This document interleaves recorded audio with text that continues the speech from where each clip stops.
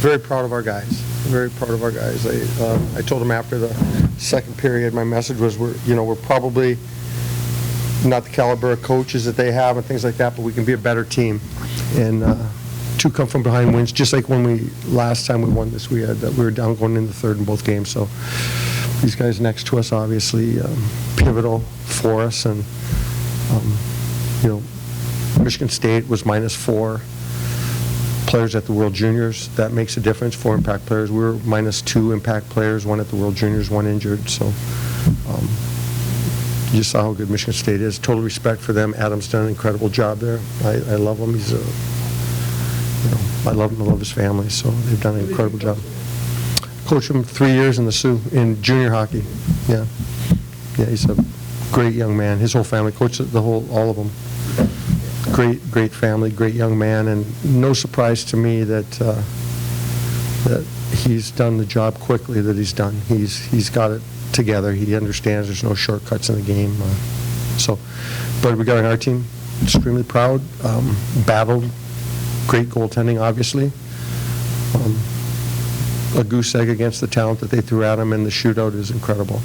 Not letting in the goal in the shootout, and we had a lot of guys step up. Worksy with a hat trick. After every goal he got, I said, "Who got that one? Who got that one?" Worksy. And then when I figured it out in the last one when the hats came on the ice.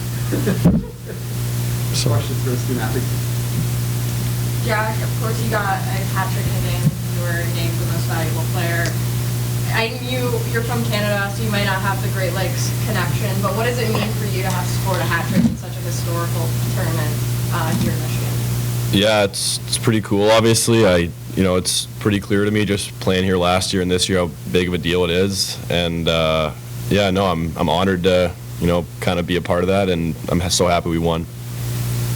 Jack, do you mind describing what the room was like in the second intermission, because they were taking it to you and one shot on goal. How'd you keep it together, and just take us into the room? Yeah, I mean, we were kind of just saying, thinking about how fun it would be to come back and win this one, and it was only 2-1, so this is really one shot away is kind of the way we were thinking, and yeah, I don't think anyone was panicking or anything. We knew we could win. We did it yesterday, so yeah, I think we were calm. Blake, you elect to take your 5th year here playing Tech and with your last GLI. How does it feel to make such an impact on the program? Yeah, it's amazing. Anytime you can be a part of a GLI championship means a lot for the program, the university, and obviously the guys you play with. So it was really special to win it with this group of guys this year. Blake, do you remember working this hard in a hockey game? Recent history? Yeah, I felt pretty good out there. I thought we did a good job. A lot of their chances were kept on the outside or had a stick in their way. So I felt good. Got a lot of water in me in between intermissions, so felt good. The team kept progressing as the game went on. I thought we actually started taking it to them a little bit. Take us through that one save when you went post to post in the overtime. I think Joey Larson had it on him. I think you closed your eyes and you did all that save. Yeah, you just kind of go to the textbook on that one. Try to seal up, close up your holes. Joey Larson's a great player. I think he already had 2 on me that game, so just try to get over and seal everything up, and luckily I was able to get it. Last time Michigan Tech won it all, Roger obviously got the hat trick here on the Jack here, but you now coming on with the big performance here in this championship. What's it like to be your brother being such a big part of the last year? Yeah, it's great. I love playing with him. I love playing with all the guys on the team. Just kind of shows what kind of team we have. Different games, other guys are stepping up. Mosley last night, Worksy tonight. So just kind of who's called upon, and they'll shine in that game. What was the chemistry like with your landing tonight versus yesterday? You were getting close yesterday, and then you were able to hop back the next night. Yeah, we weren't super happy with our lines game yesterday. It's just we weren't getting to the net, and today we just found a way to forecheck harder and get some more zone time, and got some looks at the net, and it worked out. Coach Sean, do you mind doing a follow-up on the Twins and the bookends of their from freshman year to 5th year winning GLI on their shoulders? Well, first of all, incredible men that we all can only hope that we can have the character and the passion for life that they have. And I think a big part of I don't know if a big part of them coming back was that they really wanted to play with their younger brother Chase. That's what I believe. You can ask Blake, but I think they wanted to play together. So I think that played into the decision, probably in a way, because they're that tight of a family. We felt it was best with what we had returning a year ago for Chase to go back and play a year juniors for his development, and he led a Youngstown team to the USHL championship. So, and you're seeing where that pays dividends right now in the fact that he's minutes-wise and things, he's our top D as a freshman. So he's probably not. I'm sure he won't be a 4-year guy because he's big, strong, mean, and but having all of them on the team in the leadership roles that they are drives the culture of a group that progresses to get better all the time, and that's a coach's dream. You're never worried about the locker room with them in there. Again, they live the right way. So I have total admiration for them, for their whole family. We have Jed, their cousin. We couldn't have enough Pietilas. We'll go to Finland, and not even if they're related, we'll find it. If they got the name, we'll bring them over. We asked Coach Nightingale about the World Juniors and guys stepping up. Of course, you have your own in the World Juniors in Finland. Can you talk about some of the guys that have stepped up in the absence of him, as well as your injuries? Yeah. Can I ask first? Do you have more questions for these two guys? So. Just like, Is that okay? I'm sorry. Just so they can go back and shower and get with their guys. just as overtime started, there was 4 black and gold jerseys from the Pietila. Did you take that into account at all? Were you proud to carry that last name? Yeah, it's definitely fun. Something you just smile quick about and then kind of get back to the game. So, yeah, it's fun playing with your brothers, from backyard rink to the big stage. So it's always fun, and super happy that we got the win tonight. You might even be. Are you related to Joey Larson? Yep. Yeah, so he's related to Joey Larson. So there was an impact from that family on the game, certainly tonight. Any other for Jack or Blake? Thank you. Good job, fellas. Joel. Questions for Joe? Oh, yeah, you had. I'm sorry. Yeah, we talked to Nightingale about guys stepping up in World Junior absences. Can you talk a little bit about the guys that you've had step up in your team with your World Junior absence? Yeah, Max is, one of our top forwards, top players, top scorers, Max Kaskapirti, and he's playing for Finland. But just as significant, especially to our special teams, to our overall team, really a big part of the heartbeat of our team is Arvid Katarov. And he had a fluke injury on our first practice here. We had a couple practices and had a fluke injury. So, and I think he's been out for maybe 2 or 3 games or 4 in his career, and we haven't won a single one of them. He's that important to us. So, I joked with him after. I said, you don't have to rush to get back in lineup. But that was obviously a joke because he's such a big part of our team. But guys stepped up. We had Blaze Richards out of position. That line gave us some great efforts with Bronte, and I thought that Alec Nordstrom was phenomenal in both games. He did a lot of things well for us. So, but he stepped up out of position for us. Obviously, adding Swankler, who didn't play in the first half, but getting minutes out of him, or else we would have been, we'd have been playing with 2 centermen. So guys stepped up. I thought our D, a lot of guys. But it starts with our goaltending, right? It starts with goaltending, and then guys. But we grew as a team in these 2 games in areas we needed to grow in transitional formation and things like that. And that's really been my focus. Our pairwise isn't great, obviously. Normally we have a good non-conference. So to me, it's all about being the best we can. We have expectations to make the national tournament, and there's only going to be 1 team out of our league make the national tournament, and it's going to be the playoff winner. So coming into this, we weren't driving to win the tournament. We were driving to get better. John Scott? Oh, yeah, he made it in. Bigger than life. Yeah, he's a wonderful, wonderful supporter. He made it in and shared a moment with the boys. And he's done it. He's been here twice now for us, and we've won both times he's been here. So